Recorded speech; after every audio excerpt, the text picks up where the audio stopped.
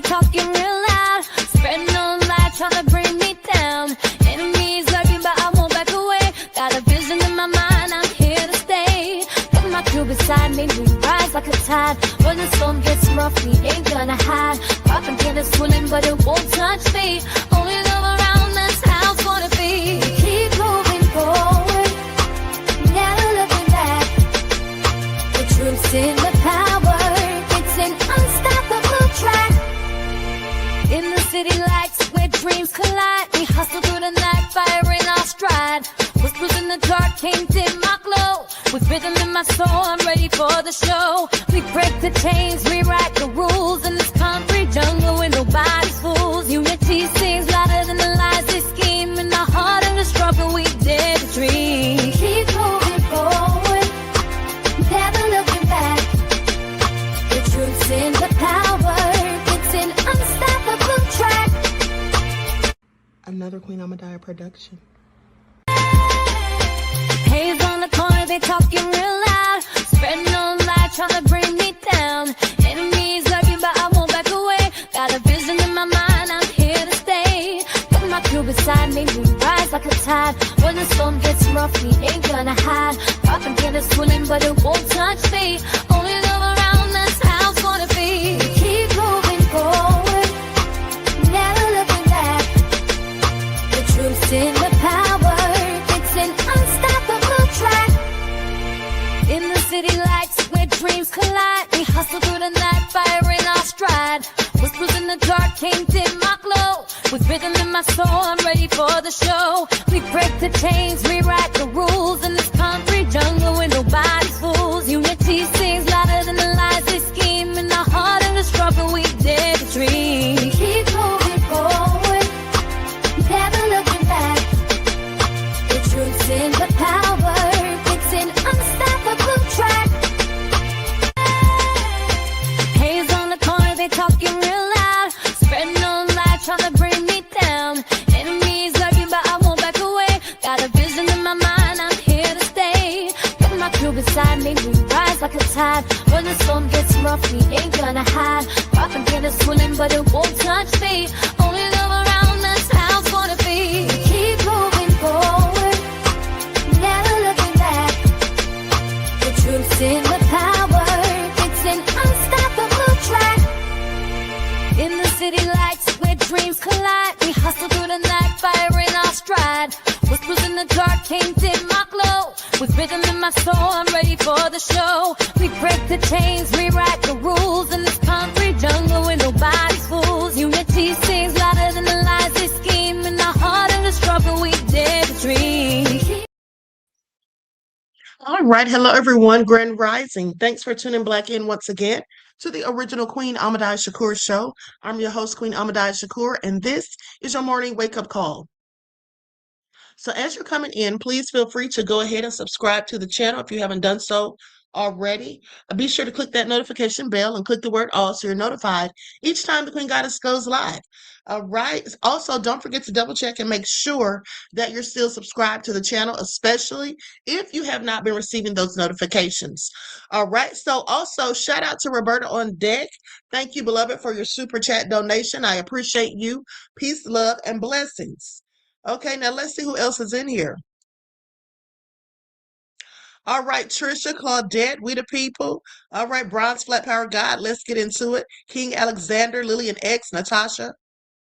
Okay, Adwael. All right, let's get into it. DJ Big Six, Emperor Rex, Desmond. Shout out to all my loyal roads and everyone tuned into the Queen, and a big shout out to my moderators because y'all know they be putting in work. Okay, hey Nessa G, Leon. So before we get started, let's have a brief word from my sponsor at 12 Tribes. Do not buy 12 Tribes on Earth hair growth oil and hair magic elixir unless you want super healthy, gorgeous hair that grows. They have a whole line of amazing hair growth products, including hair growth leave-in conditioner spray, hair growth shampoo, hair growth spray, and hair growth butter. I'm starting to sense a theme here. They include quality natural ingredients. They smell amazing, and you can see the results for yourself. So if you're looking for healthy hair growth for your natural or relaxed hair, try 12 Tribes on Earth today.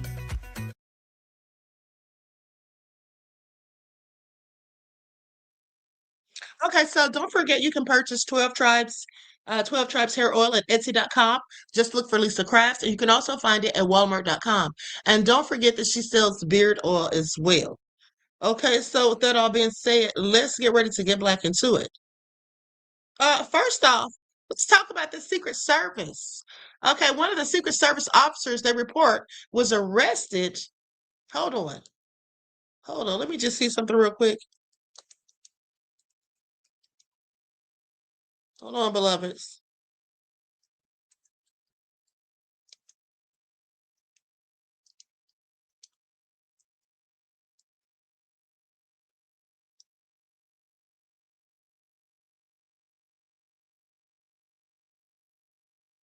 Okay, so this happened on May the 4th, just a few days ago. Now, I had to make sure this is accurate information. Okay, so off-duty Secret Service Uniform Division Officer John Andrew Spillman, age 33, was arrested and charged with indecent exposure in Miami early on May the 4th of 2026 after allegedly choking his chicken, okay, in the DoubleTree by Hilton Hotel hallway. He was reportedly in town for a security perimeter detail at Trump National Doral for a presidential visit, and he decided to do a little something extra, clearly. Now, they say guests told Miami-Dade Sheriff's Office deputies that Spillman followed them to their floor where they witnessed him exposing himself and engaging in the act in the hallway. Now, the hotel security found Spillman with his pants down on the 6th floor, leading to his arrest. Spillman was placed on administrative leave pending an investigation and was released on $1,000 bond. Do y'all hear this? Hey, this is the Secret Service. I told y'all these people around Trump are just freaks and perverts. Okay, do y'all hear it? Let's go to the clip. Huh? This is all sad. Okay, this is where your country is, people. Pay attention. Now, this is a Secret Service agent. Now, he followed not just one woman, but 2 or 3 of them to their respective rooms. Hold on. To their respective rooms. Okay. This is him right here, caught on camera. Please pay attention. It says, Secret Service officer who had just finished a protective detail for President Trump followed a woman to her room, then stood there completely naked in the hallway, choking his chicken. Okay, according to hotel security, they reportedly saw him doing the same thing. This is a complete and total failure of basic professionalism and judgment. You think? What the hell is going on inside the Secret Service when one of their own behaves like this off duty? What should happen to federal agents who act like this? Honey, let me tell you something. They need not have that position again. But now, mind you, they say he's on leave pending an investigation. Honey, it wouldn't be anything for me to investigate after I saw the footage.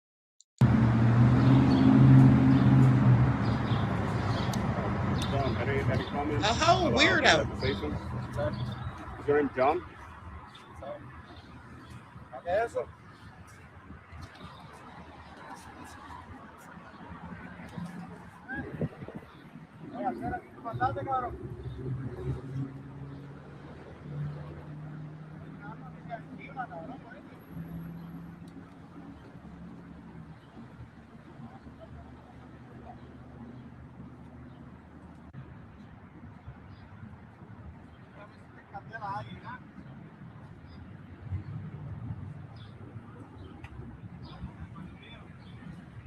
What is he doing?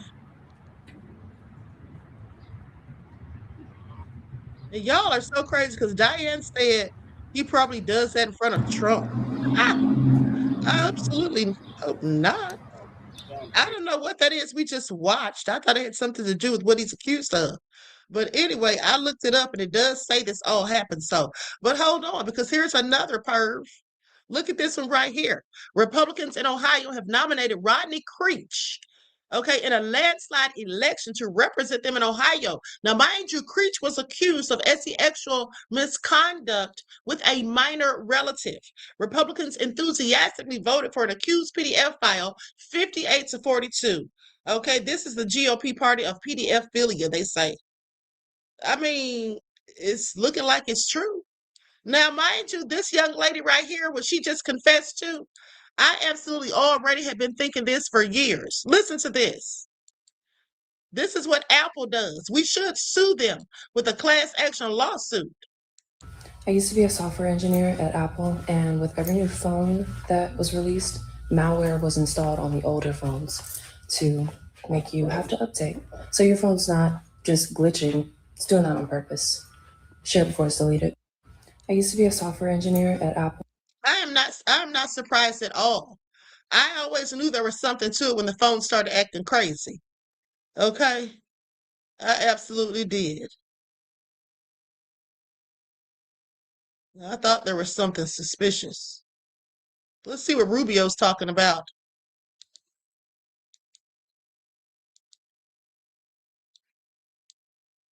For America at a time such as this? My hope for America? And how the do you same as always personally been. deal with that? Yeah, look, I mean, my hope for America is what it's always been. I think it's the hope I hope we all share. We want it to continue to be the place where anyone from anywhere can achieve anything, where you're not limited by the circumstances of your birth, by the color of your skin, by your ethnicity, but frankly, it's a place where you are able to overcome challenges and achieve your full potential. I think that should be the goal of every country in the world, frankly. But I think in the U.S., we're not perfect. Our history is not one of perfection, but it's still better than anybody else's history. And ours is a story of perpetual improvement. Each generation has left the next generation of Americans freer, more prosperous, safer, and that is our goal as well. But it is a unique and exceptional country. And as we come upon this 250-year anniversary, I think we have a lot to learn and be proud of in our history. It is one of perpetual and continuous improvement, where each generation has done its part to bring us closer to fulfilling the vision that the founders of this country had upon its founding. I don't know how he said that with a straight face. I don't know how he said all that with a straight face, but what I will tell you is that he said a whole bunch of nothing. And if you listened closely, I'm sure you noticed that the same thing he said at the beginning, okay, is the same thing he said at the end. He just changed it up a little bit. Okay, that's right, DJ Big Six, word salad central. Okay, trying to sound all intellectual. Okay, using the word perpetual more than once in a minute long, a 60-second long speaking point is not that smart, in my opinion. Okay, sit down somewhere. What does he have to say about his home state of Cuba? Okay, and the decline that is now happening thanks to Trump. But anyway, with that all being said, let's go to this clip because they go on to say that Trump is taking a big gamble. Okay, he's waiting on it. Trump is desperate. Listen, Trump has thrown in everything but the kitchen sink. Okay, he has been doing his damnedest, no less, to distract from the Epstein files while at the same time trying to keep Satan Yahoo and Putin off his heels. Because I am convinced that they both have dirt on him and he doesn't know which way to go. Okay? He doesn't know which way to go. And at the end of the day, he's trying to please both of them so he doesn't get exposed. Because I clearly think he's being blackmailed. So right now he's desperate for Iran to make a deal. You know, he's waiting anxiously to see what they're going to say, and he's hoping that it'll come to some sort of deal where they reopen the Strait of Hormuz, and just say they don't want any more war. He really is hoping they'll capitulate, which I'm sure they won't. But maybe they'll come to some sort of compromise. Okay, where this whole thing could just be ended, where they can say it's a win for them and Trump can lie and say it's a win for him, like he's clearly been doing. All right, so let's get into it because there's a report on CNN from 30 minutes ago. I try to get you all the latest updates. Okay, so let's get into it. Hey, Leon. Now, according to President Trump, the U.S. has had, quote, very good talks with Iran over the last 24 hours. But the word from inside Iran seems to be mixed. One of Tehran's top negotiators is mocking the president's brief operation to guide ships through the Strait of Hormuz. He wrote the, quote, Operation Trust Me, Bro, failed. Sarah? All right, joining me now is CNN chief international anchor Christian Amanpour. Just let's first start with this. You saw the Operation Trust Me Bro that was put out by one of the chief negotiators, but you also heard Donald Trump spoke to Fox News on the phone saying this should be wrapped up in a week. So what are you sort of expecting at this point when you hear all these different views at the same time? Well, I think they're the same views that we've been hearing. First, defiance from the Iranian side and a very sophisticated trolling activity. And secondly, President Trump literally talking all the time to various individual news organizations or in press conferences or whenever the camera is in his face about what actually he thinks is going to happen. What is absolutely clear is neither the United States nor Iran wants to go back to full-scale war. It is not in anybody's interest, neither the US and the rest of the world nor Iran. So now the question has always been for the last weeks of this ceasefire, who has the highest patience level and pain threshold? And this is what is the big gamble right now, the big sort of wait and see. So if there is this one-page document that will try to open up the Strait of Hormuz, deal with that, President Trump declares victory and then tries to deal and must deal with the nuclear issue, then that seems to be probably more likely. Let us not forget that none of these operations that the United States has tried, the latest being Operation Freedom, so-called, to move boats and escort them out of the strait, has worked. They just haven't worked. In the meantime, the world economy gets worse and worse. Iran is in a whole load of pain economically. There's civilians, the poverty level, the wastage to the, the civilian infrastructure. Obviously, their weapons, systems, and all the rest of it have been dramatically weakened. So the question is now, what is Iran going to say back to the latest US proposal, knowing, as we know, that they are prepared for more war, as they keep saying. They believe it might even be inevitable. The United States doesn't want it, even though it has so much military personnel and weapon systems and everything sort of in that region ready and prepared. So I think that this is, again, a little bit of wait and see. And I think also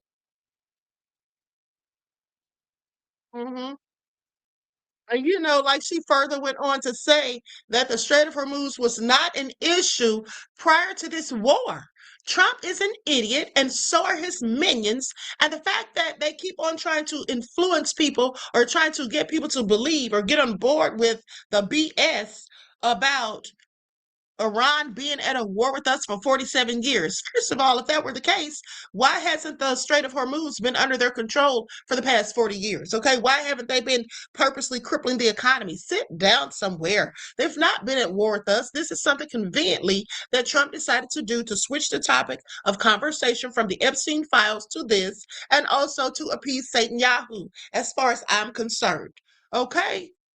Also crazy, but now let's go to this next report by News Nation. Iran weighs U.S. deal as Trump ramps up pressure to end war. Isn't that something? He ramps up pressure to end the war that he started. Okay, that he started. Now he wants to end. Okay, I find it all interesting. Why did you start the war? It looks like he bit off clearly more than he could chew.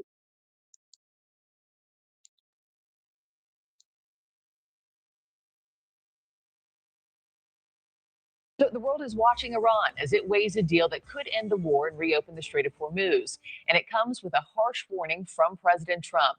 The president is threatening even stronger military strikes are on the way if Iran doesn't accept this proposal, writing, quote, "If they don't agree, the bombing starts." Senior congressional correspondent Joe Khalil has the latest from Doha for us. Joe, the president is putting major pressure on Iran to make this deal and make it soon. Yeah, he is. And so we're in this period again. We've been here before where the U.S. is waiting that there is yet another deadline for Iran, which is tomorrow, for them to respond to the deal that's on the table. We can confirm what's in it, recapping what we have learned. And that would be at least a years-long moratorium on Iran, a ban for a number of years on them enriching uranium, which is the process by which they would eventually get a nuclear weapon. There would also be frozen assets for Iran, unfrozen, and potentially sanctions relief. Obviously, this would come with a full reopening of the Strait of Hormuz and an end to actual military conflict between the two. This is what President Trump said really talking about the urgency here from the White House yesterday. Take a listen. We have to get what we have to get. If we don't do that, we'll have to go a big step further. But with that being said, they want to make a deal. We've had very good talks over the last 24 hours, and it's very possible that we'll make a deal. Marky, I can tell you from being here, the Gulf states, there is a lot of apprehension right now. Qatari leaders spoke to President Trump in the last 48 hours, and their message was very clear. They want the war to end as quickly as possible. They're urging a peaceful solution quickly. Same thing in the UAE. And we know from my contacts there, even still, as I'm talking to you now, kids are not going to school. They're learning remotely just this week. And many people who are working remotely from home because of the threat that at any moment there could be more Iranian missiles like there were earlier this week. People's lives, economies, jobs have been totally disrupted. So they are seriously concerned, and they're not buying the talk around a deal. They want to see paper to pen. So, there's real fear here. And then there's also an NBC report citing two U.S. officials that said Saudi Arabia was even refusing at one point to allow the United States to use its bases during Project Freedom, worried that they themselves might also become a target. So you've got the whole region here really on edge and just hoping that there's a peaceful solution and that they can put all of this behind them. Thank you for watching. Subscribe below and download our News Nation.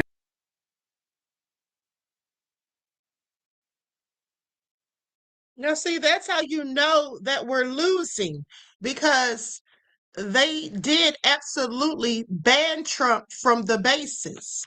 Okay, they wouldn't let Trump, they banned Trump from the bases. Okay, because they didn't want to be a part of it. They didn't want to get smoked by Iran.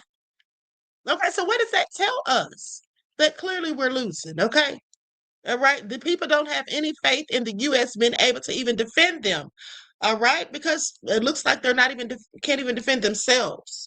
So with that all being said, let's go to this next clip from PBS, and then we're going to get into what people are saying about this Hantivirus.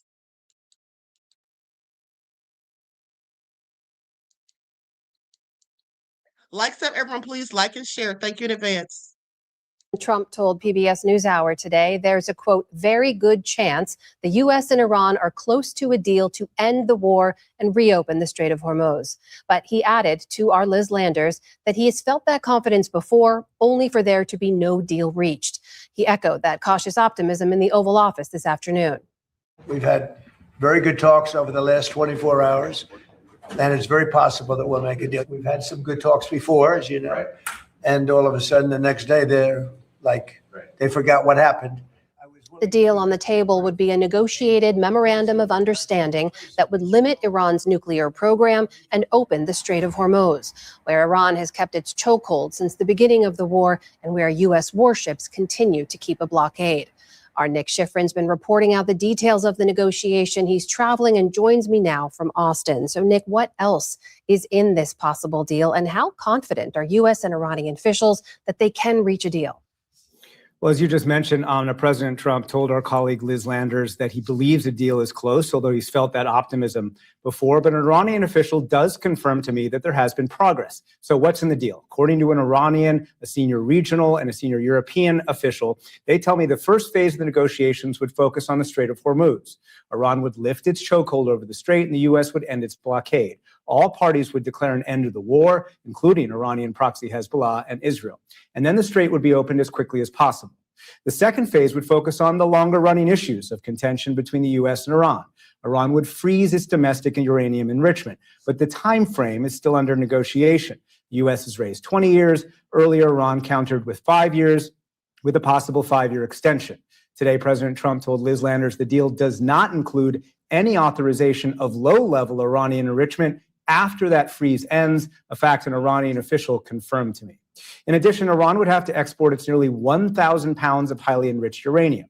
The president told Liz Landers that Iran had to export it to the U.S., although the Iranian official told me it would be exported to the UN's nuclear watchdog. The IAEA would also gain access to Iranian nuclear sites for inspections, and the president confirmed to Liz Iran would pledge not to operate underground nuclear facilities, which the Iranian official also confirmed to me. Now, in exchange for all of that, the U.S. would lift sanctions on Iran and unfreeze Iranian assets. The two sides would have about 30 days to negotiate all of those big ideas. As the president told Liz today, quote, "I think it's got a very good chance of ending, and if it doesn't end, we have to go back to bombing the hell out of them." Very simple. So, Nick, in all your reporting, how close would you say the two sides actually are to that deal? It depends on who you ask. So we've been talking about the president's cautious optimism. A senior regional official close to the negotiations told me that they are, quote, the most hopeful since this started, but there are still, quote, difficult discussions ahead. And a senior European official who has dealt with Iran extensively over the years told me that they are very doubtful that the two sides can reach this agreement and doubtful that Iran will actually fulfill what it's promising in this agreement. That said, an Iranian official, again, does confirm to me that there has been major progress. Meanwhile, as we've seen before in the region, right before a ceasefire or a possible ceasefire, violence can flare.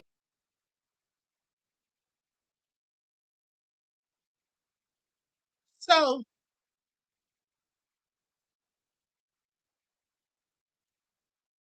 now here's the thing. How are they coming to a peaceful resolve when they just reported that an American tanker or that the U.S. fired at an Iranian tanker that was trying to run that U.S. blockade, trying to run the U.S. blockade. That's what they say. Okay. And basically, it destroyed the rudder on the tanker and it was disabled. So, does that sound like they're going to be having any type of peaceful resolve anytime soon? And then they still got all the stuff going on in Lebanon. Let's go to that really quick because Netanyahu, he's not letting up. Okay, and possibly a part of their ceasefire agreement or the end of the war agreement would be that Netanyahu leaves Lebanon alone. Israel launched widespread airstrikes across the south today, where Israel is invaded and occupied. Israel's top general said today Israeli soldiers were, quote, deepening the dismantling of Hezbollah and accused Hezbollah of launching drones and rockets that injured multiple soldiers. The IDF also warned today that it could return to a, quote, powerful and broad campaign against Iran. But Amna, that would require President Trump to give Israel the green light. And President Trump made clear today that he is at least hoping that this deal can be made quickly. All right, Nick Schifrin, thank you very much. Thank you. See, the thing is, they don't want peace. They don't want peace. Netanyahu and the IDF, no, they don't want peace. They want to continuously keep up war, and that's why they keep having all this drama over in the Middle East. They're the ones provoking it. They're the ones keeping it up. Okay, please pay attention. Trump can't end the war thanks to them because they just keep on keeping on. Okay, that's why he's an idiot to have gotten in bed with Netanyahu in the first damn place. Okay, let's go to this clip from Jing from the Young Turks. Let me put my overlay on here. This is what he had to say about Trump yesterday. Project Freedom is over. God, that lasted about a day and a half. So what was it? Was it to get our freedom back? No, of course not. It was to try to ram the blockade of the Strait of Hormuz. So Trump had a brilliant idea. He's like, well, why don't we just take our ships through it? And then we're bigger and badder than them, and we have a better military. Plus, Pete Hegseth told me that we destroyed their entire military and their whole navy. So I'm going to take one of our warships through and I'm going to escort the ships. Well, how'd that turn out? Well, today, the very second day of it, he's like, okay, we're ending it. We're ending it. Why are we ending it? He's like, well, the leader of Pakistan asked me to, and I'm such a nice guy that, you know, I always listen to the Pakistanis. So that's why I decided to end it. No, he decided to end it because they hit one of our warships. It was a super dumb plan. It didn't work at all. And our press is amazing because they do accurately say, yes, our warship did get hit. But they buried in a story and they act like it's no big deal. Yeah, of course, Iran with their non-existent navy that can block the entire Strait of Hormuz, and the U.S. military and no military can unblock it. But we're told that they're impotent and no big deal, and we've almost won this war. And if Trump says it, it must be true. And then they make it seem like them hitting our warship is like perfectly normal. That's not normal at all. So we were told that there was no way they could hit our ships. By the way, we were also told there was no way they could hit our planes, and we've lost over a dozen planes. So all of this is total horse crap. But as usual, don't get excited. Just because they ended this dumb idea doesn't mean that this war is over. All over television right now, Israel first. Every pundit, businessman, politician, they're throwing the kitchen sink at it. They're all over TV going, we got to go back into the war. We got to do regime change. This is going to bring us freedom. This is great for Israel. I mean America. Yeah, no, I mean the world and their economy. Yeah. That's what I mean. Yeah, no. So the Israelis are back. They definitely want this war to continue. Every pundit and analyst is saying, well, it can't. It's going to cause economic devastation. It's a totally ruined polling numbers for Trump. It's ruining his administration. He's down in the low 30s in approval, and Trump looks like he's cornered and he's trying to get out. So obviously the war will not continue, they think, and the markets think that. They're all wrong. Israel controls the U.S. government, so we will be going back into that war. And now you got this video. And if I'm wrong, you can say, oh, look at that, Cenk. You said this, but it didn't happen. I absolutely believe he's right because, like I said, Netanyahu doesn't want to end this war. All he wants is war and chaos. And I don't know how in the world that the countries, not one but two, the UN specifically, how they keep allowing him to do this. Okay, he just does whatever he wants, apparently. And Trump's MAGA minions just continue to listen to his lies and BS because they don't know any better. Because they've all been bamboozled and hoodwinked, and they're brainwashed as far as I'm concerned. Okay, they're clearly brainwashed. And hold on, because this guy did a deep dive into research to find out why this whole MAGA cult is in fact a cult. And let me just tell you what he came up with.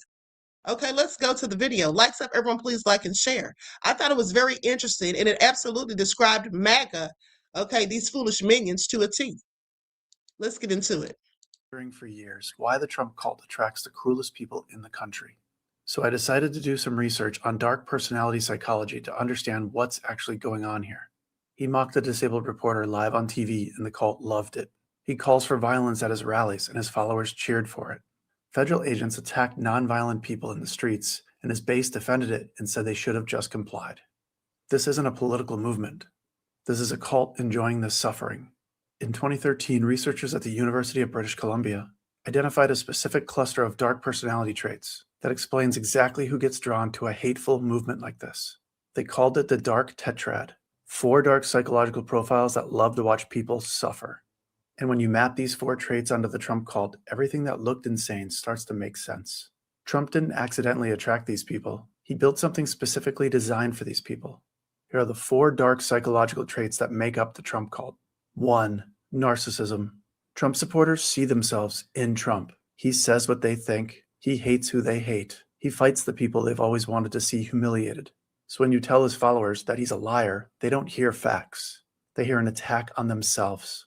Psychologist Otto Kernberg at Cornell University spent decades studying why certain people can never admit they are wrong. He called it narcissism. Narcissism is the belief that you're better than everyone else, built on a lifetime of feeling insecure. The majority of narcissists were created by authoritarian parenting and abusive households. A home where being wrong was punished, where showing weakness was dangerous, where the only safe move was to comply, perform, and never question the person in charge. That defense system does not turn off when they grow up. It just finds a new authority figure to organize itself under. The narcissistic brain doesn't process criticism the way a normal brain does. Criticism isn't information. It's an attack on their entire identity. The brain registers criticism the same way it registers physical danger. Narcissists do not self-reflect. They retaliate. And the longer they stay in the cult, the more they have to lose. Admitting Trump is a fraud means admitting they destroyed relationships and wasted years for nothing. The brain will do anything to avoid that pain. They destroy every relationship in their life defending a man who doesn't even know their name, and never will. Trump knows exactly who these people are. He just put up a 22-foot gold statue of himself at a Miami golf club. He's putting his face on the U.S. passport. He's building a 250-foot gold arch in Washington, D.C. He's not governing the country. He's performing for the people who need someone to worship. He didn't create their narcissism. He just knew exactly how to feed it. And once a narcissist decides you are the enemy, they will burn everything down before they admit they were wrong. 2. Machiavellianism. Trump lies constantly and openly. His supporters know this, and they love him more for it, because to them, lying isn't a character flaw. It's proof that he's smarter than everyone else who's trying to stop him. In 1970, psychologist Richard Christie and Florence Geis at Columbia University identified a personality type built entirely around manipulation and power. They called it Machiavellianism, the belief that the world is a game of power and the only real morality is winning that game at all cost. Machiavellian fathers create Machiavellian children, homes filled with harsh punishment, emotionally cold parenting, and early exposure to manipulation. When a child grows up where trust is weakness and power is the only currency that matters, the brain adapts. It learns the world is a game, and the only way to survive is to play it better than everyone else, no matter who it hurts. People wired this way don't see manipulation as wrong. They see it as intelligence. They see honesty as weakness. Facts don't fit the game they are playing. Power does. And in the game, the only move that matters is loyalty to whoever is winning. So they don't question him, and Trump makes them feel like loyalty is power. He calls them patriots. He said they figured out what everyone else is too weak to admit. That feeling of being on the inside is exactly how the manipulation works. You can't see the con when you think you're in on the con. When you believe everyone is playing an angle, you can never trust anyone. Not your friends, not your family, not even the man you gave your vote to. These people will spend their entire lives being manipulated by the one person they thought they finally understood. He took their money through fake foundations and worthless degrees. He called them the forgotten Americans, and then forgot about them the second the rally was over. They gave him their vote. He gave their tax cuts to billionaires, their healthcare to lobbyists, and their jobs to the same system he promised to destroy. 3. Psychopathy. His supporters see the same news everyone else sees. They hear the same stories. They watch the same footage, and they don't care. They feel nothing. Psychologist Robert Hare at the University of British Columbia spent decades studying people who felt nothing for other people. He called it psychopathy, the complete absence of empathy for anyone outside their group. Children who experience severe neglect, abuse, or chaos early in life show the same neurological abnormalities as an adult diagnosed with psychopathy. Their empathy doesn't disappear. It gets deactivated as a survival mechanism. In a normal brain, when you see someone suffering, a signal fires. It's automatic and it's involuntary. That signal is what makes cruelty feel wrong. In a psychopath brain, the signal is absent.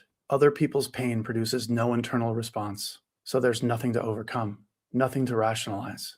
The suffering of strangers is simply neutral information to them. What fills the void in these people is dominance.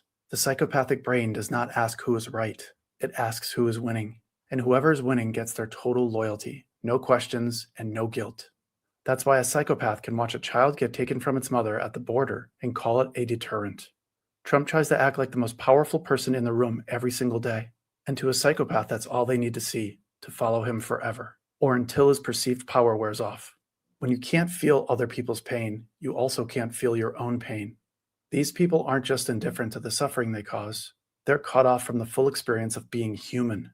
And Trump knows exactly how to aim that emptiness at everyone he needs them to hate. They're not making a mistake about him. They know exactly who he is. He's the most powerful person in the room, and he hates the same people they hate. That's not a political opinion. That's a personality built for cruelty. And Trump built his entire cult just for them. 4. Everyday sadism. Trump supporters don't cheer for policy. They cheer when other people feel pain. They cheered when Trump mocked a disabled reporter. They cheered when families were separated at the border. They cheered when Trump talked about roughing up protesters. They cheered when Trump promised to put his enemies in prison. The crowd isn't cheering despite the cruelty. They're cheering because of the cruelty. In 2013, psychologists Aaron Buckles and Delroy Paulus identified a fourth dark trait, which expanded the dark triad into the dark tetrad. They called it everyday sadism. Everyday sadism is the enjoyment of causing pain or humiliation to others. Sound familiar? The research on its origin is thinner than the other 3 traits. What we know is that it shares genetic roots with psychopathy and shows up early in childhood. Whether they were born with the cruelty or the cruelty was modeled by their parents, the results are the same. They have a brain that finds pleasure in what other people find horrific. And when the cruelty escalates, they don't look away. They cheer louder for it. Buckles and Paulus also found that everyday sadism is the single strongest predictor of internet trolling. These aren't people who just argue online. They actively hunt for victims and enjoy every second of it. Now look at what a Trump rally actually is. It's not a policy event. It's 2 hours of watching people get mocked, threatened, and humiliated while a crowd cheers. That's the product. That's what they paid to see. Everyday sadism is the one trait that predicts willingness to work for the opportunity to hurt someone, not just when it's easy, to put in actual effort for the chance to hurt someone. When cruelty is the only thing that makes you feel powerful, you need more of it to feel the same effect every time. The targets have to get more vulnerable. The humiliation has to get more public. The suffering has to escalate, and it always does. That's not a political movement. That's an addiction. And Trump knows exactly what they came for. This is what the dark tetrad looks like when it finds a political home. 4 personality traits built by abuse, drawn to cruelty, and organized around a man who delivers it on demand. They are a fringe minority of broken and damaged people, and the only reason they feel powerful is because they found a man willing to weaponize their cruelty. They think they have permission to be cruel, to be hateful, and they think that they're going to get away with it. They are wrong. Trump didn't build a political movement. He built. Okay, now you all heard that, right? So I want you all to really think about what he said, specifically the part where he says that they're everyday Satanists, that they get a kick and a thrill out of watching people suffer, that the suffering or the pain doesn't make them turn away, it makes them cheer louder. Who does that remind you of? Well, I'll tell you who it reminds me of. It reminds me of these type of people who love to watch Black people being hung, lynched, burned alive. They gathered and cheered, and they would take home souvenirs like a finger, an ear, an eyeball. That's who Trump's people remind me of. These people have the same traits as them, okay? They have the same traits as the dark tetrad, period. They enjoy the sufferings of others. They feel no empathy nor sympathy. It doesn't make them turn away to see someone being strung up, okay, by their neck and lit on fire. That doesn't disgust them. That doesn't make them feel empathy and sympathy like it would a normal person.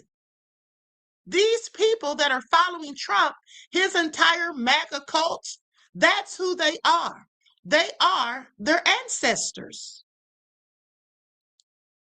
And like their ancestors, they don't feel empathy or sympathy for anyone who goes against their own ideology. That's why they didn't care about Renee Nicole Good. That's why they didn't care about Alex Preddy, even though they're both white people.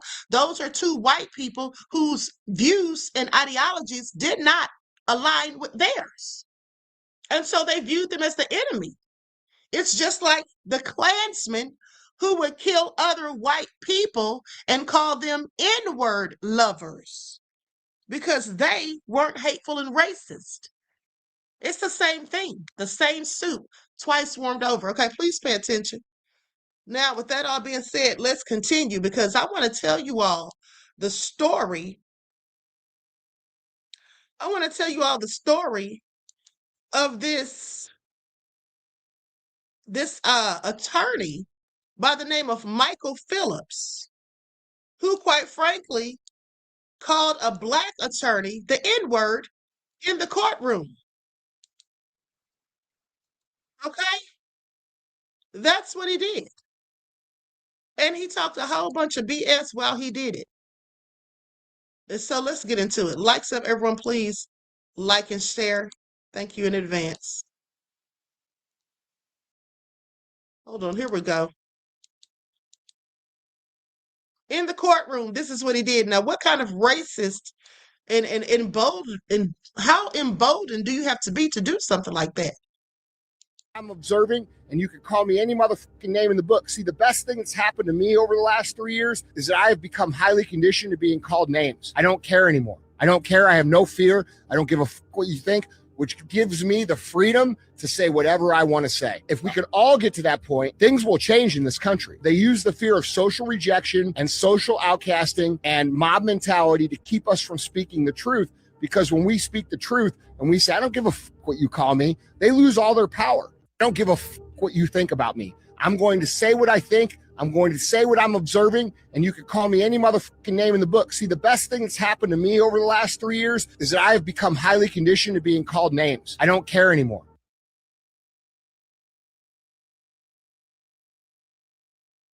I don't care. I have no fear.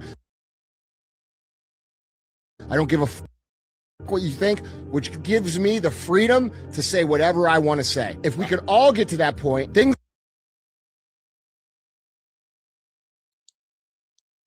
Okay, so you all heard what he said. He meant every word of it. Okay, he meant every word of it. So, Texas attorney held in contempt after allegedly repeatedly using racial slur in court.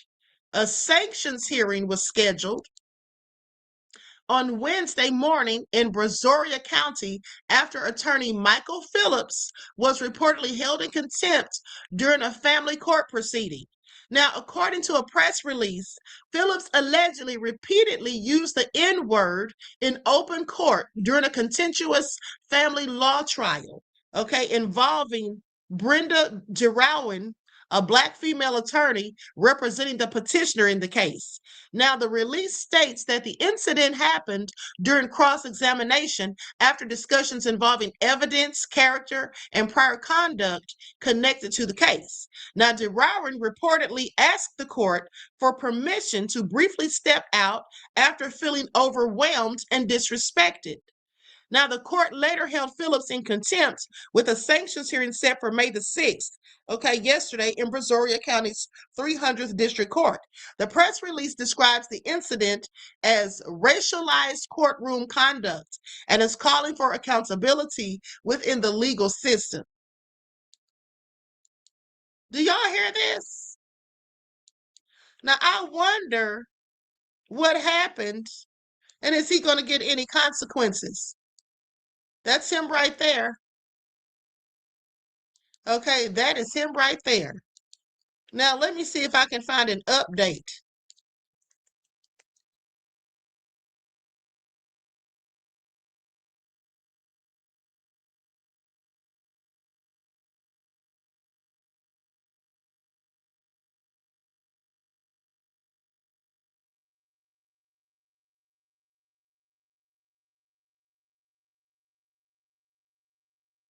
Let's see here.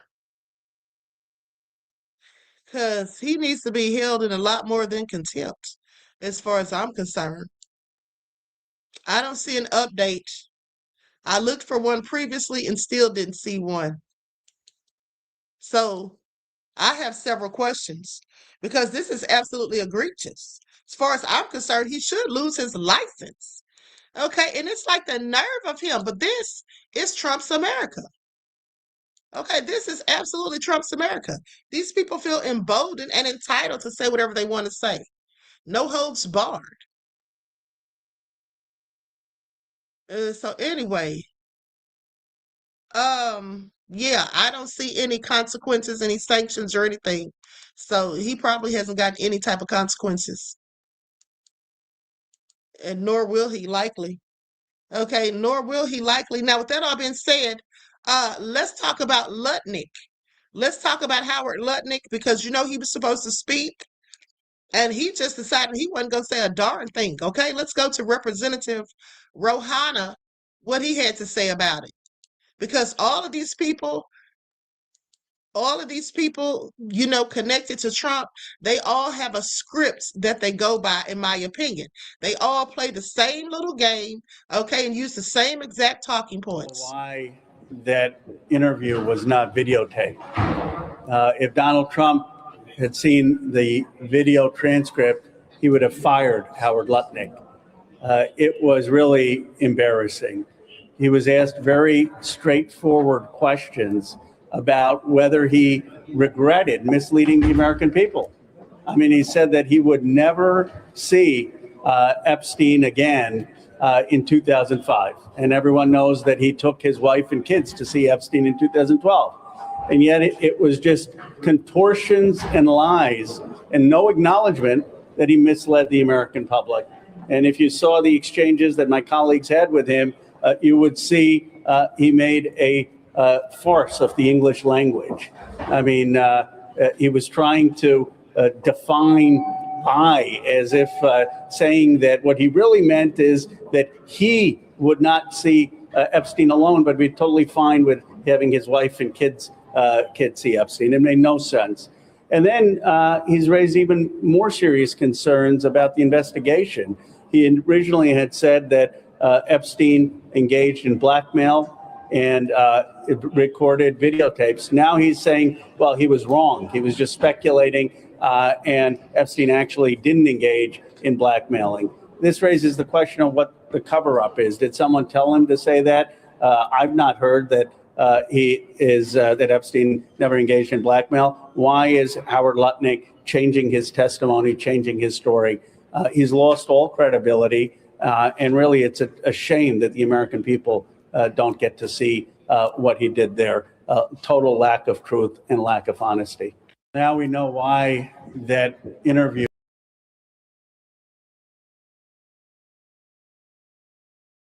Let's go to the next clip with Ansari, what she had to say about it.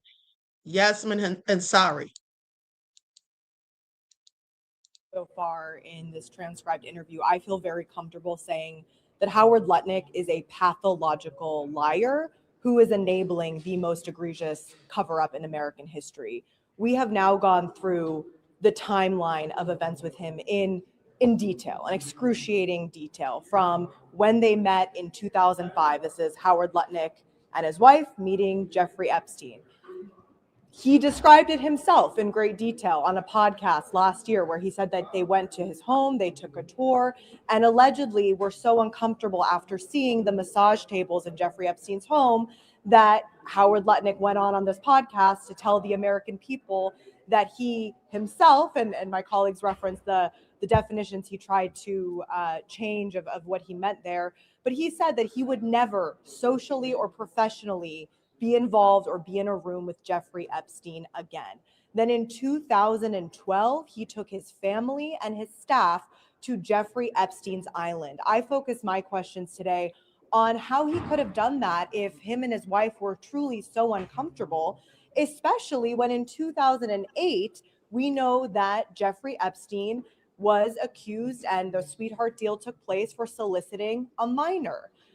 Howard Lutnick tried to tell us in that room that he essentially didn't know any of that. I asked him, how did I, as a child at the time, see this all over the media about Jeffrey Epstein, and you, an adult who was this person's neighbor who had engaged with him before, how could you possibly not have known? I mean, the level of the lies that are taking place inside that room without video is unbelievable and part of this egregious cover-up.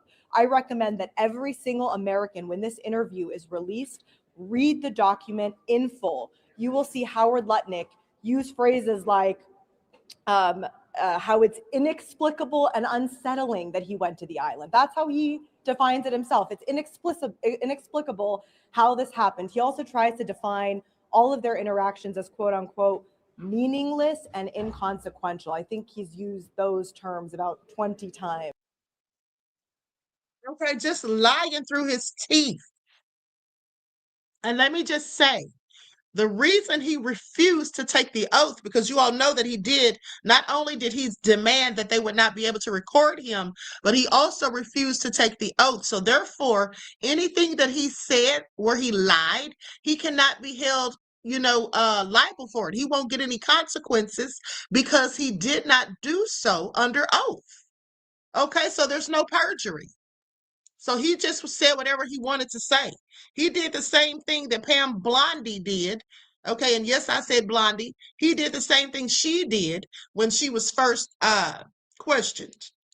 Okay, she tried to pull a fast one. Today, Chairman Comer said that he hadn't seen any evidence of wrongdoing by Secretary Lutnick. And that's actually the problem with the Trump administration, this Republican majority in Congress, because lying to the American people is wrongdoing. And Howard Lutnick lied to the American people. And today's transcribed interview is part of the ongoing cover-up, because the American people deserve to see the video of what's taking place in there. They deserve to see the sweat on the secretary's brow as he struggles to answer basic questions about his lies to the American people. Earlier today, Chairman Comer said that he hadn't seen any evidence of wrongdoing by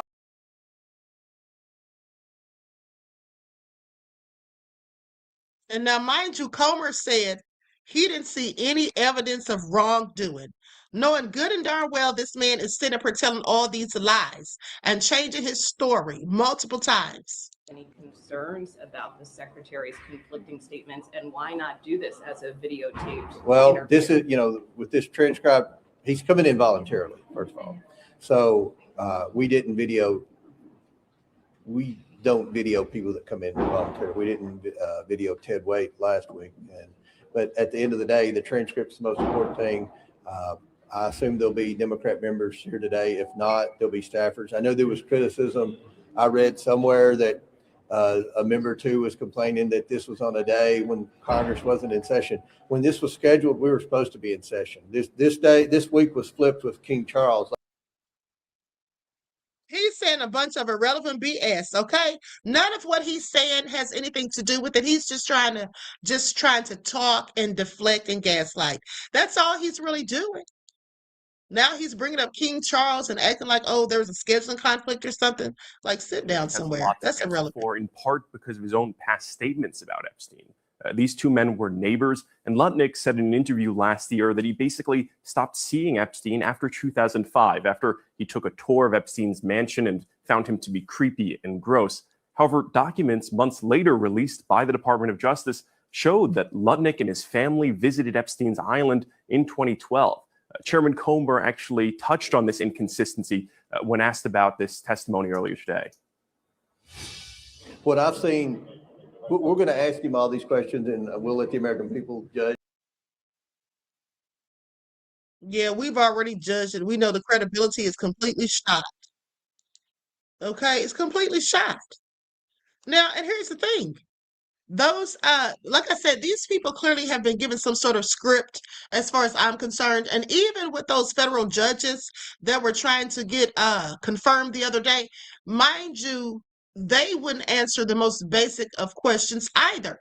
Even when asked if they felt Trump would get a third term, knowing that the Constitution says that a president can only serve two. Watch this. Is President Trump eligible to run for president again in 2028?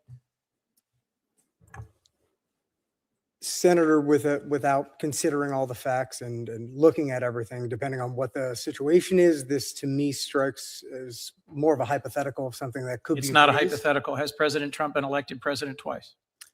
President Trump has been certified the president of the United States 2 times. Is he eligible to run for a third term under our Constitution?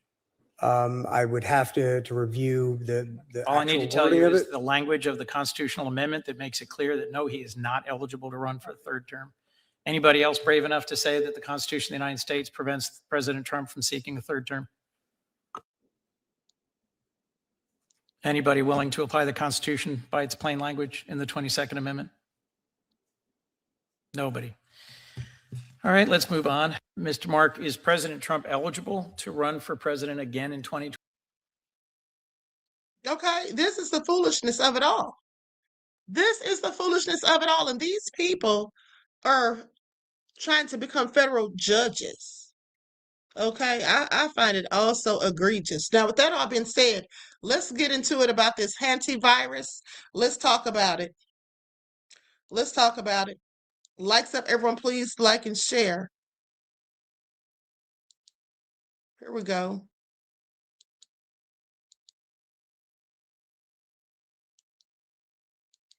Virus that is found on that cruise ship is the version that is human to human, and that has a death rate between 35 to 50%, where we have no cure. We have like nothing to counteract it.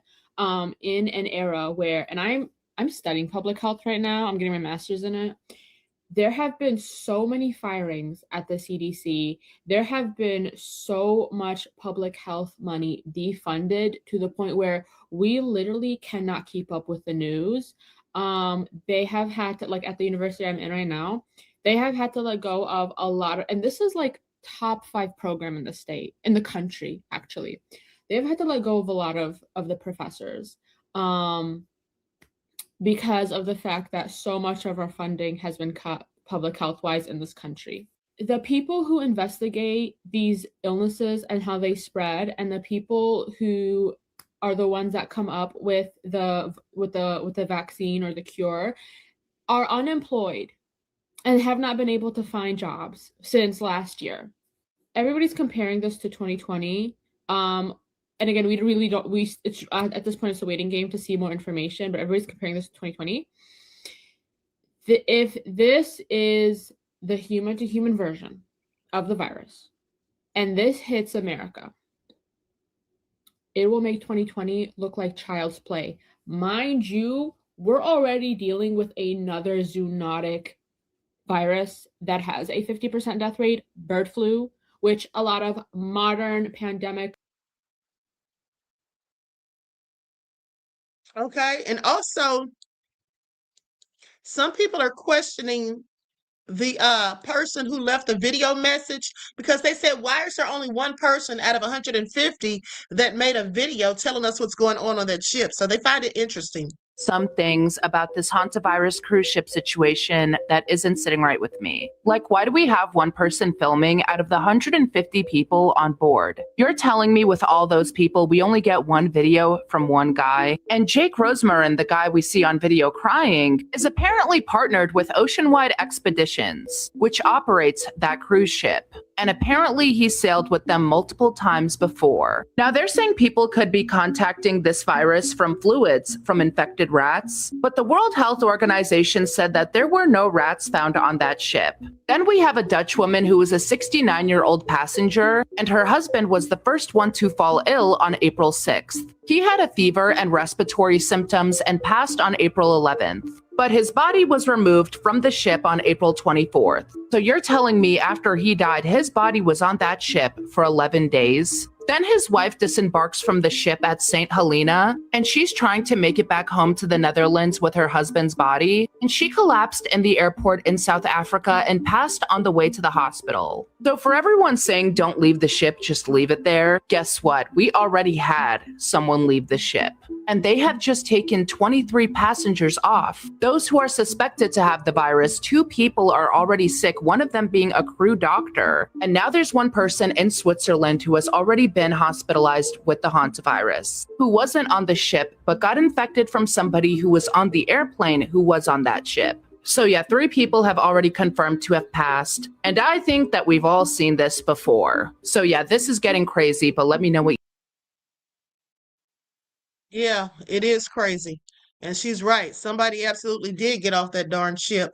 But with that all being said, they're saying that the guy who did the video, they said the video was removed.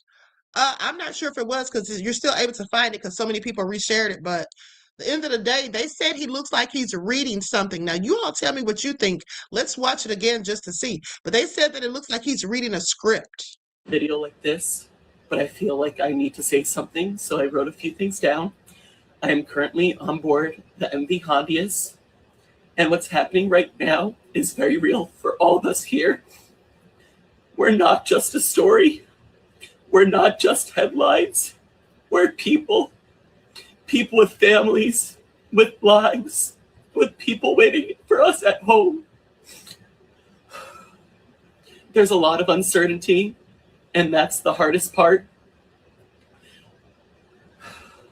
All we want right now is to feel safe, to have clarity, and to get home. So if you're seeing coverage about this, just remember that there are real people behind it, and that this isn't something happening somewhere far away. It's happening to us right now. I'll share more when I can, but for now, I just ask for your kindness and understanding. Thank you. I normally wouldn't make a video. Okay, it didn't seem scripted to me. Some people are saying it seemed like he was reading something. To me, it seemed authentic and very heartfelt, and he sounded like he was afraid. Okay, he sounded like he was afraid, but I'm gonna tell y'all right now, honey, y'all better get ready to mask up. Okay, y'all better get ready to mask up, because this thing is no joke. And if it is the Andes hantivirus, okay, where it's person to person, we are in for a bumpy ride. Okay, please pay attention. And I'm not saying that to fearmonger. I'm just saying that to forewarn people that you need to be protecting yourself, because it's about to get real crazy. Sorry, this sounds so bad, but those people on that motherfucking boat, I need you to stay your ass on that motherfucking boat. I don't have time. I don't I don't have time. I don't have time. Like I saw the video of that guy who was crying, saying that, we're just not another headline and all of this stuff, which he's right. They're not just another headline. They're not. But I don't want us to become another headline either. I can't handle that again. They still be finding different variants of COVID. Exactly. Now, here's the guy who got off the boat. Here is the guy who supposedly got off of the boat. Partner was not looking good for her last couple of days on board. You disembarked from the cruise liner just the day before the second person died, who was the partner of the first person who died on board. Did that raise major alarms? Did you get a better sense of what was actually going on? Yeah, I think his partner was not looking good for her last couple of days on board. I saw her not standing upright properly, and she looked not okay. So I think everyone thought that she was having a very deep grief. That's what we thought. And after we disembarked to St. Helena, she was with us. She was on the same flight to Johannesburg from St. Helena. We saw her on a wheelchair, which was also unusual. She had no problem of walking. So after she passed away, even though I'm not on board anymore, I heard from the passengers that they are now in isolation, and they're wearing masks. They're not having meal times altogether. So they are in their cabin. But these kind of cautions are taking place, but they are late. So I wish that we were quicker to respond. How the hell did he get off the boat is what I want to know. How was he allowed to disembark? Okay, I have several questions. Now, with that being said, someone said the mask don't work. Well, I'm not so sure about that. It depends on what kind of mask. With that We'll get virus on, into I that in just a came second. across a video of a guy who's like trapped on the boat, and he's like, "Oh my god, get me off the boat! I'm healthy." And he's crying. And he's like really scared. And I get that. I'd be fucking terrified. And I'm like, "Oh god, I'm praying for him, but I'm gonna need you to stay on that fucking boat. I'm gonna need you to stay on that fucking boat, okay? Not trying to be insensitive, not trying to be unempathetic or anything like that, but the last time that there was a virus and Trump was in office, it didn't bode well for any of us. So I'd be scared too. And I know that you think you're healthy, but stay on that fucking boat. Okay? Don't be going anywhere. I'm gonna go wash my hands now." Okay, Red Wine said, so why he ain't sick, something don't add up. Well, he's likely not sick because it takes at least 2 weeks, okay? It takes about 2 weeks for the incubation period for it to activate. So he's not going to feel sick for about 2 weeks. That's why I'm trying to figure out why in the hell they let him off that boat. He might look okay, but clearly he may not be. So they're letting people off of that boat. Fear says, so this virus comes from rodents, urine, droppings, or saliva. Listen, the hantivirus, I'm going to tell y'all this one more time. The hantivirus comes from, yes, rodent droppings. It's not transferred from person to person. But the problem is that it has now been reported that they have a different type of the hantivirus, okay? They have something called the Andes virus, which comes from the Andes Mountains in Argentina. So they're saying that version of the virus absolutely is transferred person to person. So now we're not worried about rodents. You have to be worried about people. They did a check and there was no rodents on the ship. Okay? There was no rodents on the ship. So, since the ship initially left Argentina and the first person fell ill and died, I want to say on the 11th, let me just check my notes. They left April the 1st. The first person died April the 11th. It takes about 2 weeks. So that person likely had it for a couple of days before they even got on the ship. So, like I said, if that guy wasn't looking sick, he may be looking sick days from now. This thing is spread person to person allegedly. Okay, that's the bad news. In fact, that's the worst news. Okay? Because had it just been about rodents, then it wouldn't have been so serious. It wouldn't have been so serious. As long as you get those people off of the ship, that's all they would have had to worry about. The ones that were already infected, it was too late for them, but anyone else getting affected would have only pertained to them staying on their ship with rodents. There's no rodents on the ship, so it's person to person. So that's the problem. Okay, that's the problem. And there is no cure. That's what they already said. There is no cure. Okay? And that guy right there, like I said, I don't know why he was allowed to get off, because I'm pretty sure he has it. Is off about this cruise ship in the Atlantic with the Hantivirus outbreak, and I cannot let it go. This is the MV Handias, an expedition cruise ship owned and operated by Oceanwide Expeditions. And the route went from Argentina through Antarctica and the South Atlantic, with stops in South Georgia and Tristan da Cunha and St. Helena, all before heading towards Cape Verde. And I'm sorry, how is it that there are 147 people on board, with 3 people dead, 7 confirmed cases of the hantavirus, and the only video we've all seen from inside the ship is one guy named Jake crying in his cabin? No, I'm sorry, I'm not buying it, okay? Because you're talking to somebody who watches a lot of cruise ship drama on TikTok. In fact, it is one of my favorite TikTok subgenres that exists, okay? I watch it all the time. And if there's one thing that I've learned from those TikTokers, it is that if someone so much as catches a stomach flu on a Carnival cruise, there are 19 TikToks, 4 Facebook Lives, and some woman named Brenda locked in a closet filming herself saying, please help us, like it's the frickin' Blair Witch Project. So I decided to investigate. Not a full rabbit hole, because I have other investigations that require my attention right now, but what I did find was interesting.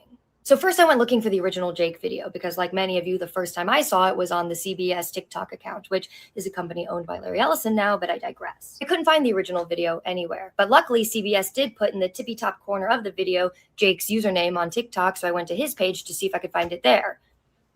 No. So I started scrolling through Jake's page, and I learned that he is a Boston travel content creator, and he's been to like hundreds of countries, although none of his videos have gotten like a super high amount of views, but yet he's got 5.6 million. I just know that that's weird. Anyways, he's got sponsorship links, he's got collaborations, he's got a Yahoo email, and if you go over to TikTok Shop, he's hawking a bunch of travel consumerism junk. And I'm scrolling through his posts, and he's got this weird PR statement as one of them. Mind you, he didn't even post the video that he sent to CBS on his own account, remember? So I don't know, it's weird. But then I hit this penguin video from the trip, and it's a stunning video with a high resolution camera. And I mean, look, the sky is insane. It's clearly very beautiful. But just keep in mind what this sky looks like, okay? Because it's gonna come back later. In fact, his photos and videos are so beautiful, it is kind of hard to believe that it's not AI. No, but Michael.Elizabeth08, I'm with you. So I went to Google and searched for the name of the ship, the MV Handias, filtered the dates to be before the outbreak became public, and went to videos to see if I had missed anything, because this is the exact kind of trip where you would normally see people posting pictures of wildlife or videos of the sunset or rough seas with the yo-ho sound, cabin tours, meals, anything. The only videos are from Jake Rosemarian. This is weird. And then I read about one other passenger who was quoted in BBC and AP coverage named Kazem Hato, also known online as Ibn Hatuta. Sorry if I mispronounced that. This guy. And he sent over footage over WhatsApp to AP News and BBC, and he gave them quotes specifically saying, actually, morale is high. People are watching movies, reading, and drinking hot drinks. 3 people are dead. And then it gets even weirder because he's posting stuff like this on his story. You can pause to read it, but the second paragraph says, this whole situation has been blown out of proportion, partly because of one person panicking on the ship whose video has been circulating on the media. While his reaction is valid, it doesn't represent the situation on board. Everyone else, 148 out of 149, has been calm. The situation is under control, and we just wish those who are sick a speedy recovery. I don't.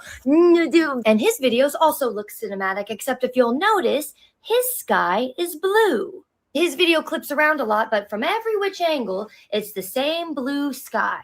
You mean to tell me that both of these content creators were there during sunset and Jake's the only one that got a video with the beautiful pink orange sky? Fools. They think we're fools. I mean, come on. You expect us to believe that after the outbreak happens and people are locked in their rooms forced to quarantine and the only 2 passengers from inside the ship we hear from are 2 travel influencers? Nope, absolutely not. As a dedicated consumer of cruise drama TikTok, I reject this whole premise. Look, maybe the cruise company told them they weren't allowed to post, maybe the Wi-Fi is bad, or maybe everybody on that cruise ship just genuinely has great self-control, in which case, good for them. But I'm just saying the silence to severity ratio is weird. Now, something is off about this cruise ship.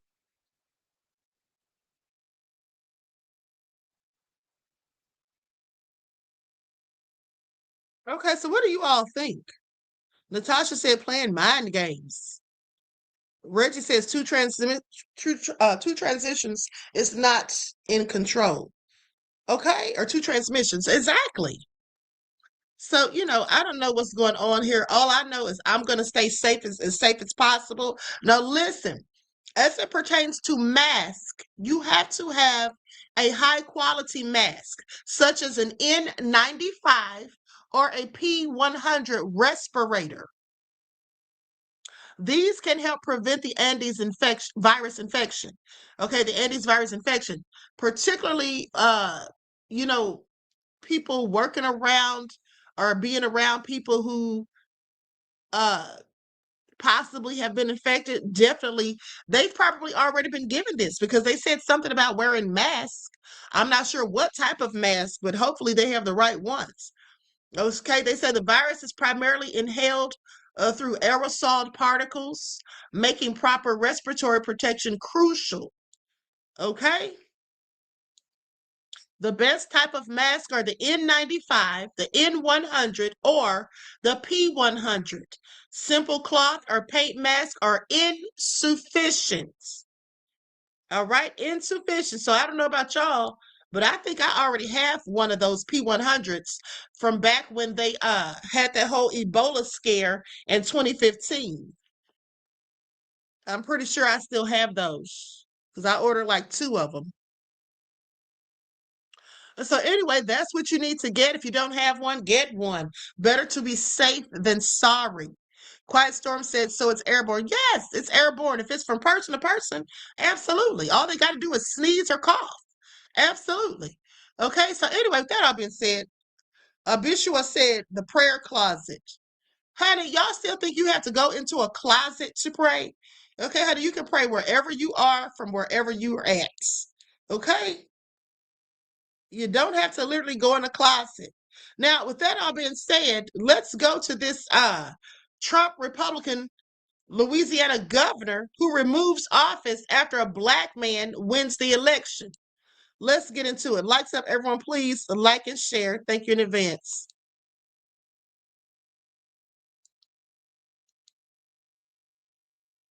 Election that happened on November the 15th.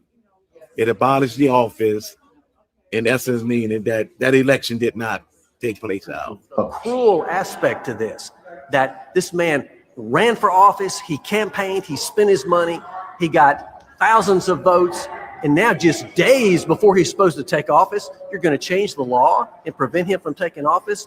In what world is that right? We all know this is wrong. This is just wrong, and it needs to be stopped.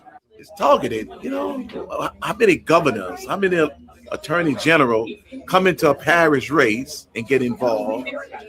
That's unheard of. Hey, thank you. I just convinced people that the vote counted, and now what's happening here and with this bill is that the vote don't count. Isn't that low down? Racism is alive and kicking, honey.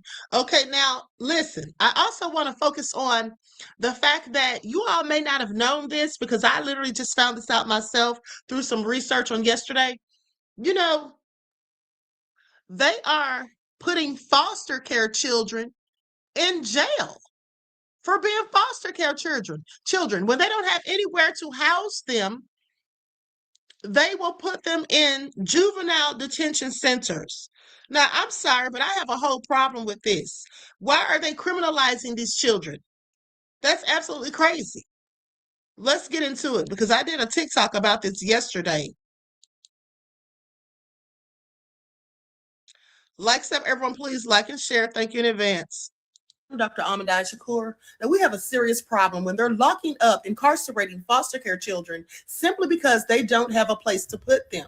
Okay, lawmakers are saying that there's a severe nationwide shortage of foster homes and other viable places to house these children, so they want to lock them up instead. Okay, this sounds eerily reminiscent of the plan for them to have homeless people self-volunteer to basically be incarcerated. Okay, let's get into it. So when they can't find suitable placements for these children, they put them in juvenile detention centers. Okay. And like I said, even if they've not committed any crimes, even if they've never been violent or anything, if they have mental health issues, that's another reason, because they don't have places where they can deal with the mental health issues that some of these children go through. And think about the trauma that they have from being, mistreated, abused, neglected, or a myriad of other issues that land them in the foster care system in the first place. Okay, please pay attention. A 2026 congressional report revealed that at least 4 states use this type of treatment for foster care children as a last resort when they can't find placements. And this subjects them to restrictive prison-like conditions, okay? So even if they're not criminals, they likely will become criminals from staying around criminals. Okay, please pay attention. Along with the lack of community-based mental health treatments, there's also been a significant drop in licensed foster care homes, with one Georgia agency saying there's been at least a 60% decline. So this has definitely made the issue a whole lot worse. Okay, please pay attention. And so in my opinion, any of these children that have already been traumatized, which is likely all of them, will be even further traumatized. They'll be re-traumatized.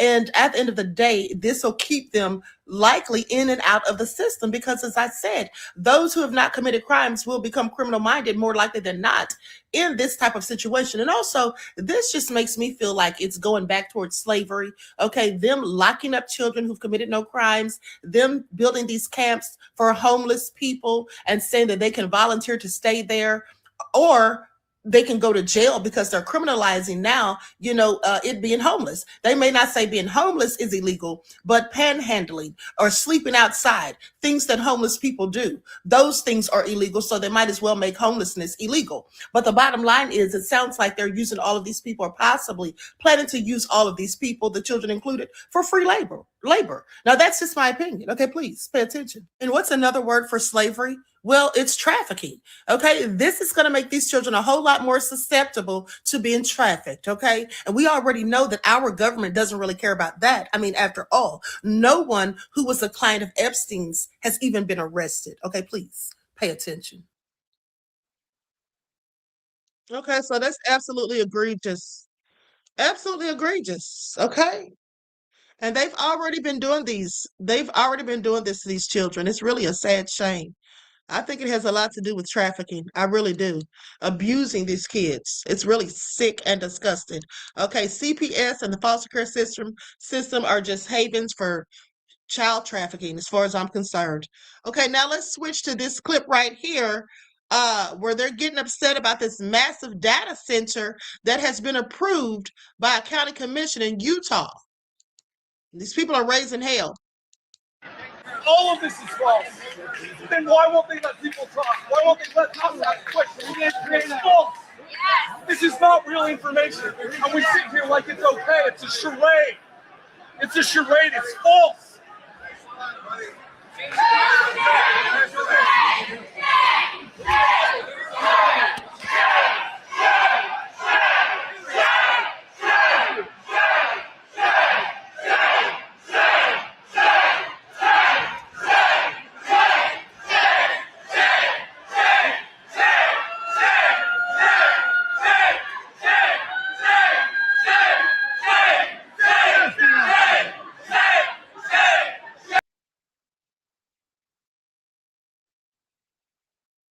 It's a whole lot going on, as you can see. All right, absolutely crazy. Now, let's go to this story from Florida. Let's go to this story from Florida, where these two brothers were shot dead after their sister was in some sort of domestic dispute with her boyfriend. The boyfriend took them both out. Two Florida brothers were allegedly gunned down by their sister's boyfriend inside her Miami apartment when they rushed over to protect her from him, according to police. Gianni Pierre, age 28, and his younger brother, Jaheim Pierre, age 23, were allegedly shot by Antoine Carter at around noon on Saturday after a scuffle broke out in the apartment. Now, the brother's sister had been dating Carter, who's 31, for around 4 years, but they were wary of their relationship. So they had rushed over to the apartment to look after her due to a history of previous domestic violence. Jaheim and his sister argued before he then struck Carter, who had interjected. Now, the three men then became embroiled in a fight. Carter is accused of leaving the apartment, going to his vehicle, and returning with an item that he had retrieved from the vehicle. "I bet one of you won't open up," he shouted, according to the police. He was armed with a Glock 9mm handgun and shot Gianni, who was sitting on the couch. Gianni died minutes after arriving at the city's Jackson Memorial Hospital. Jaheim charged toward his sister after coming under fire, and she was left covered in blood. He was found bleeding in the closet. Carter was arrested after telling one cop, "I'm the one. I have the firearm." Now, he also claimed the brothers had squared up with both fists in the air, ready to fight before opening fire. He said he left the apartment to get air and went to his car to retrieve his wallet and his keys. Meanwhile, the woman told cops that Carter, first of all, why would he need a wallet and keys? Okay. Meanwhile, the woman told cops that Carter blamed her for the deadly tragedy, said, "See what you made me do?" Cops searched the apartment where they found several spent casings and projectiles. Gina Kirk, a neighbor, was awakened by the gunfire. Honey, this is all so drastic at the end of the day. And here the thing is, it is the sister's fault.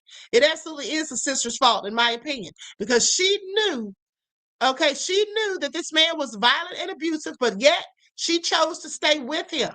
And then when she gets into it with this fool, she calls her brothers. No, don't call your brothers. Call the darn police. Call 911. Why didn't she call the police? Like, that really ticks me off. Okay, because she knew he was dangerous. If he didn't give a damn about beating her, she should have known that and she also knew, I'm pretty sure that she knew that this man had a damn gun. I'm pretty sure she knew that he owned a gun. He's probably shown it to her or pulled it on her before. Why would you call your brothers? That was the dumbest thing to do. Okay, that was the dumbest thing to do. She should have called the police. Okay? But let's continue, because this is all sad. Now her brothers have lost their lives. A man is in custody after police say he shot and killed his girlfriend's two brothers. This happened after an argument escalated into a shooting.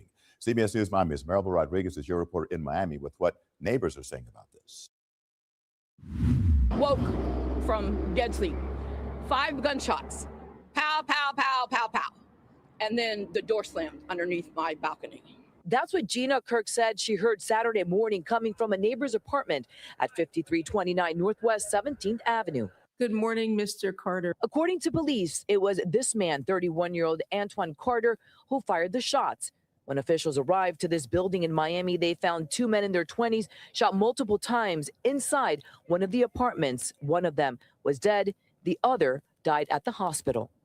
There's probable cause for the charges. It looks like he shot and killed a girlfriend's 2 brothers. Police say Carter's girlfriend's brothers went to check up on her, and when they arrived, got into a fight with Carter. According to investigators, they found Carter outside the building, who told them, quote, "I am the one," and the gun was found in his pocket. Carter was taken into custody and appeared in bond court on Monday.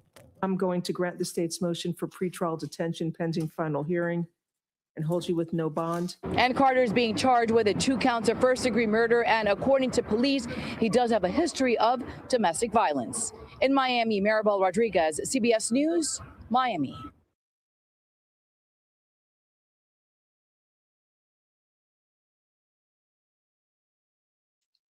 Okay, now that's just a darn shame.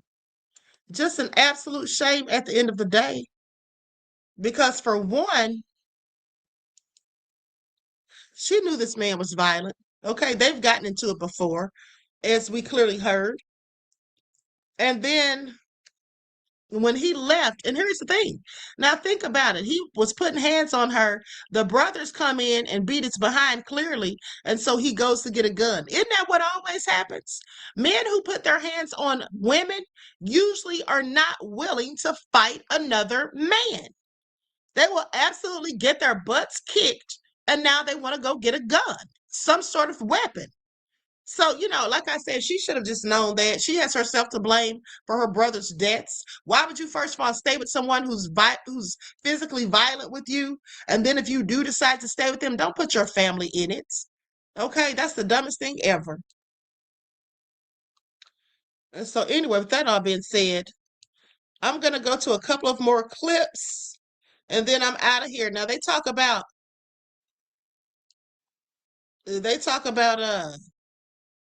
supposedly some of the military personnel are leaving. Let me tell you something. Let me just give you all a message to remember. Do not ever get involved in a domestic dispute. Do not ever get involved in a domestic dispute, because 9 times out of 10, that person has already been violent with the person, and the person has chosen to accept it. They have chosen to accept it. So for someone who chooses to walk towards danger, to sleep with the enemy, do not place yourself in harm's way for that person. Call the police. If you see it, don't try to be Captain Save a you-know-what. Call the police, because that person who doesn't give a darn about the person they're being violent to, they darn sure won't give a care about you, and they will absolutely take your life. And if you don't believe me, think about how when the police show up to a domestic violence dispute, they come deep. They're not going to send 1 or 2 officers. They're going to come with about 5 or 6 cars. And you all should remember that, because remember the lady that I told you all last year came knocking on my door in her underwear, wearing her bra and panties, knocking on my door, asking to use my phone to call the police because her boyfriend had attacked her. And I let her use the phone. And I gave her something to wear. But when the police got here, it was about 5 or 6 police cars, because they already know if you're willing to harm the person that you supposedly care about, the person that lives with you, the person you're in a relationship with, we know you don't care about us. And these are the most violent people in many cases. Okay? So you have to be careful. Don't put yourself in harm's way. Don't risk your life for someone who literally risked their own life every time they go to bed and wake up with that person. Okay, please pay attention. Now let's listen to this clip. Using his own military, not over time, right now. Generals are leaking. Pentagon staffers are going on record. Active duty service members are picking up phones and calling civil liberties organizations by the hundreds. Because what is happening inside the United States military right now is something they refuse to sit on.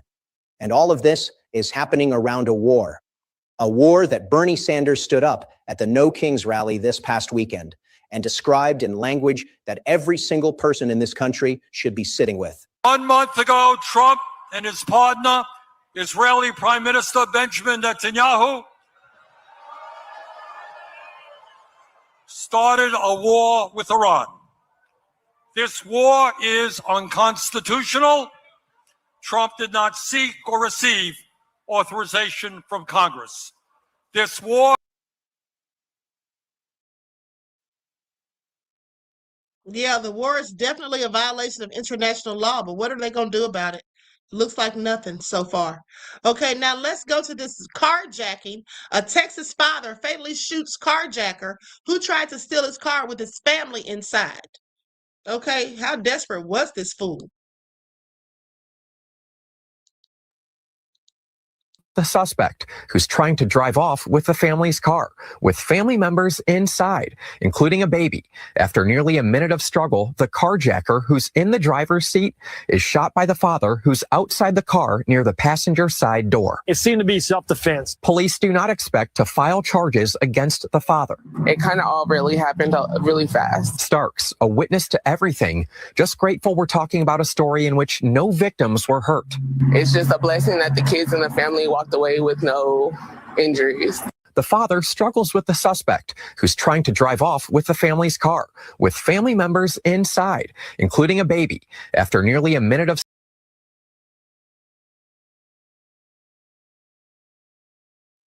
Okay, he got exactly what he had coming to him. Okay, got exactly what he had coming to him. Now, why was he even trying that in broad daylight, too? And then he saw the people in the back. He saw the baby. He saw the other family members in the back, but you're still going to try to steal the car? Yeah, it was time to do something. Okay, now let's go to this last clip, and then I'm out of here. FBI investigates new Mexican scientist who went missing. Okay, so this man is saying there's a whole nother scientist that has been added to the list of missing scientists. Somebody said he looked Mexican. Okay, he definitely wasn't black. Talk about the missing scientists, because I just discovered one thing that no one else is looking at: their spouses.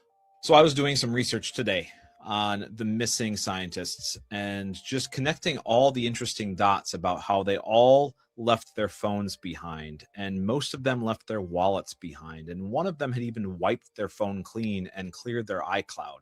And just, there's a lot of similarities. All of them just walked out in the morning. There's so many different things about these missing scientists that are suspicious. But now there's another one that just dropped. Ingrid Lane went missing on October 15th, 2023. And I thought, okay, if this lady was working for Los Alamos, I'm going to be intrigued, because I'd just done a bunch of research on these other missing scientists being associated with that lab. And what do you know? A great investigative journalist, Alicia Valdez Rodriguez, just dropped a bunch of info about this lady.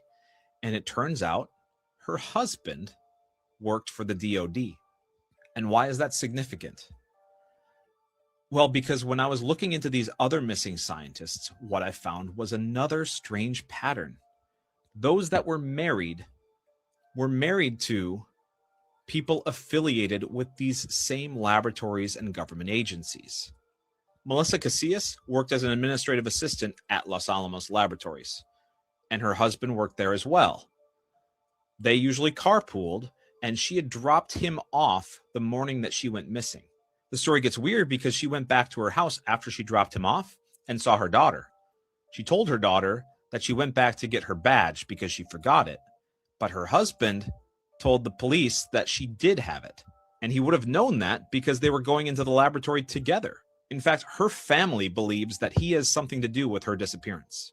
Now, there's no record of Anthony Chavez or Steven Garcia having a significant other. But from all reports, both of them were very sound of mind. So one would think that if they're just walking away from their houses, they're doing so consciously. Which brings us to McCasland, because he's the highest profile disappearance. He was a top-tier military leader. He had deep ties to the Pentagon. He served as commander of the Air Force Research Laboratory, managing a $4.4 billion budget. He directly oversaw the most black budget programs in the United States. And he has unique ties to UAP disclosure because he was actually a resource for Tom DeLonge. Yeah, the guy from Blink-182 that's super into UFOs and was doing this whole project about them. And just like the others, this guy left in the morning, didn't say where he was going, and his wife corroborates that story. But his wife, get this, Susan McCaslin Wilkerson, she reached colonel in the Air Force Reserve. She was a finalist for NASA Group 9. She held leadership roles with defense contractors as the program manager for Boeing SVS and positions at Raytheon. Which brings us to the most recent reporting, which actually was the oldest missing persons of all these different scientists, Ingrid Lane. Now, it was difficult to find details on her career, except for this investigative journalist that was able to uncover a bunch, because it was kind of stripped from the information. All these news articles were saying, oh, well, they didn't really want to release personal information about her. Why not her? Why are we covering up her career path when we know about these other ones? I think it's because it was intentionally being suppressed. So she was a bioengineer and neuroscientist for Mind Research Network, which also contracted with Los Alamos National Laboratory.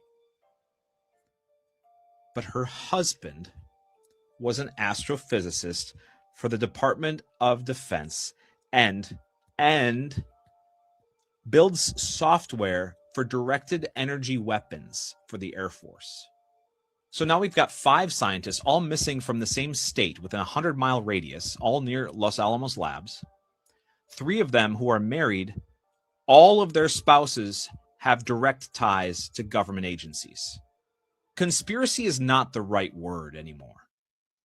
We need to talk about the missing scientists, because I just discovered. Okay, so I find that very interesting. That is definitely something very strange. Okay, I'm going to have to look more into it. Now, anyway, with that all being said, let's go to this clip from Jennifer Lewis, and then I'm really out of here. I almost forgot to show you all this. Jennifer Lewis, the actress, seemingly calls out celebrities for attending the 2026 Met Gala, and Jeff Bezos' ties to Is Not Real. Okay, and the rollback of DEI and over 30,000 Amazon job losses. Let's go. Likes up, everyone, please like and share. Okay, so I hadn't seen any of it. I had been running around all day. And then my girlfriend called and said, Jennifer, they showed up anyway. I said, but they cut nearly 30,000 jobs and gutted the Washington Post. They showed up anyway, posturing and posing, hoping to be the most.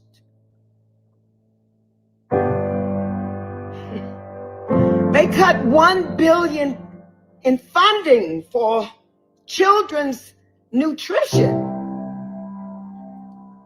And there they all were, vying for the next position.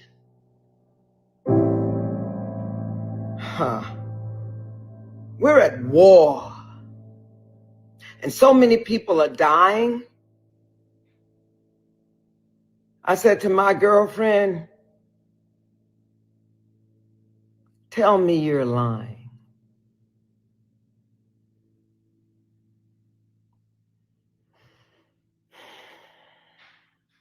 How much fame do we need, y'all?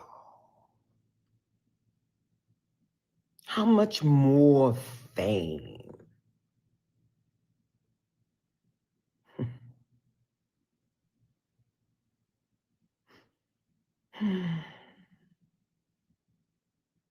Wow.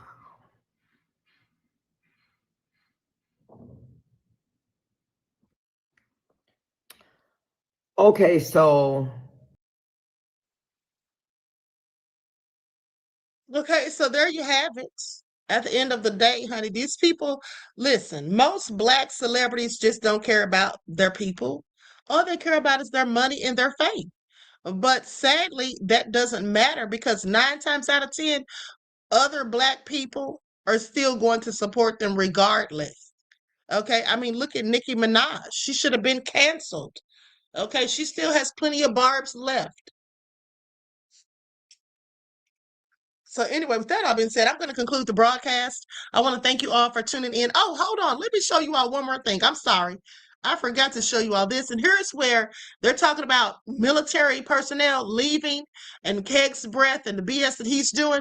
But here's what they're spending your money on, too. This right here, this is what your taxpayer dollars were spent on. A video being featured at Kid Rock concerts with Pete Hegseth in it. Just watch.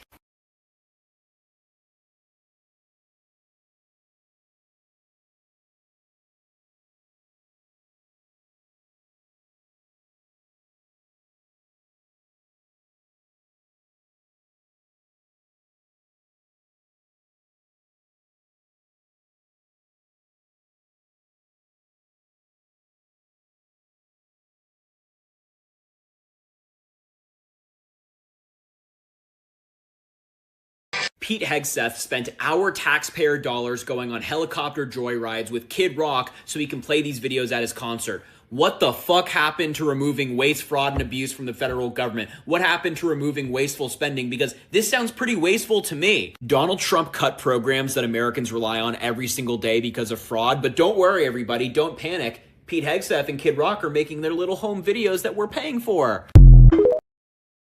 Okay. Please pay attention. But meanwhile, they're putting foster care children in jail because they don't have anywhere to house them. Okay? Please pay attention. You have people with mental health issues roaming the streets, homeless. Some of it isn't because of illegal substances either. Some of them just already had mental health issues, but there's nowhere to send these people these days because they decided to take away asylums, mental institutions. Okay? Homeless veterans on the streets. But this is what they're spending money on. Okay, please pay attention. With that all being said, I want to thank you all for tuning in. Please like and share. Double check to make sure you're still subscribed. You know they unsubscribe people on a regular basis. I will be back later on, okay, probably around 7:30. So until then, beloveds, each one teach one. That's how we grow and thrive. Do something productive, constructive, but never destructive. And always remember to keep the Most High first in your lives. Peace.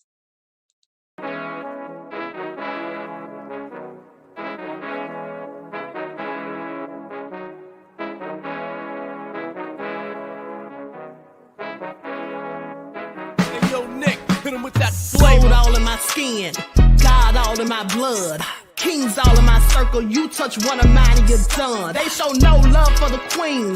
Why you hating on me?